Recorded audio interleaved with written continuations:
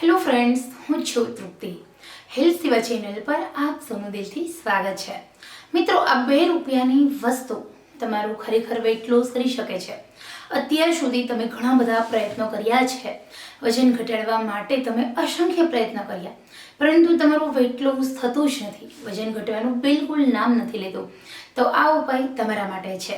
કારણ કે વજન ઘટાડવા માટેના જો તમે ઘણા બધા ઉપાયો કર્યા છે, તો તમારે આ ઉપાય ચોક્કસ કરવો પડે. કારણ કે આ ઉપાયની મદદથી તમારું ઇઝીલી વેઇટ લોસ થશે, તમારું ફેટ લોસ થશે અને સાથે સાથે ઘણા બધા ફાયદાઓ થવાના છે. તો ચલો જોઈએ સરસ મજાની એવી માહિતી. મિત્રો, વજન ઘટાડવા માટે તમારે સૌથી પહેલાં તમારા રસોડામાં જવાનું છે. રસોડામાં તમારે એક તમાલપત્ર લેવાનું છે. આ તમાલપત્રની કોસ્ટ, તમે આટલા બધા તમાલપત્ર લાવશો ને તો 50-60 રૂપિયામાં તમને 100 ગ્રામ તમાલપત્ર મળી જતા હોય છે. અને એમાંથી તમારે માત્ર એક તમાલપત્રના પાંદડાનો ઉપયોગ કરવાનો છે. મોટું હોય તો 1 અને નાનું હોય તો 2.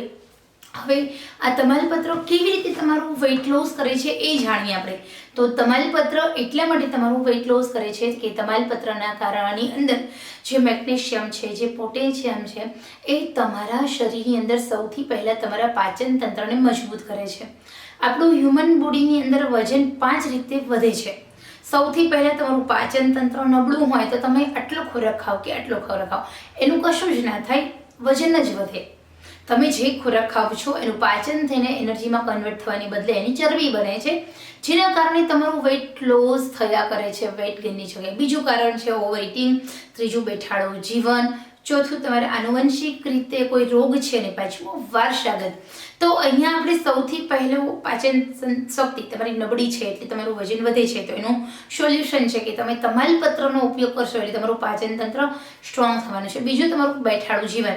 તો તમે યોગા, એક્સરસાઇઝ નથી કરતા, ઘરનું કશું કામ નથી કરતા, અથવા તમારે એવી જોબ છે કે જેના કારણે ફિઝિકલ એક્ટિવિટી ઓછી, પરંતુ તમારે મગજનો ઉપયોગ કરીને સ્માર્ટ વર્ક, એટલે કે તમારા કીપેડનો જ ઉપયોગ થઈને તમારે કામ કરવાનું છે, તો તમારું વજન વધવાનું જ છે. તો એના માટે તમારે થોડી 10% જેટલી ફિઝિકલ એક્ટિવિટીઝ કરવાની. બીજું, તમારું ઓવર ઇટિંગ, તો તમારે ભૂખ કરતાં ઓછું જમવાનું. આપણી પાચન શક્તિ નબળી ન પડે એનું ધ્યાન રાખવાનું છે. સૌથી પહેલાં આપણું પાચન તંત્ર ઠીક થશે, પરંતુ ત્રીજાના કારણે આપણને જે બેનિફિટ્સ મળતો હોય છે નથી મળતો. તો ત્રીજું કારણ શું છે? Over eating.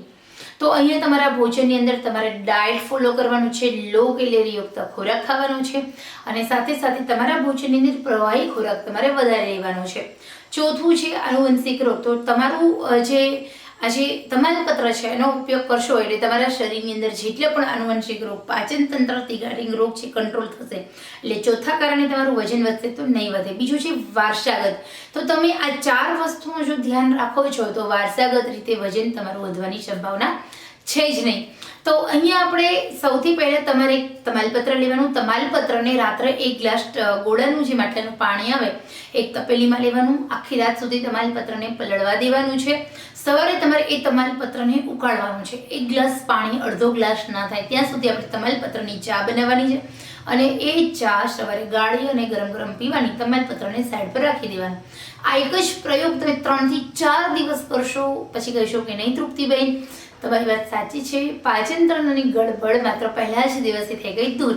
તો મેં ધીરે ધીરે આગળ કહ્યું એટલી વાતોનું ધ્યાન રાખશો. ભૂખ કરતાં ઓછું, થોડી ફિઝિકલ એક્ટિવિટીઝ, ઓવર ઇટિંગ બિલકુલ નહીં, ઘરનું જમો, બહારનું ન જમો. તો તમે આપણા ભારતની અંદર 10માંથી 7 વ્યક્તિ મોટાપાનો શિકાર છે.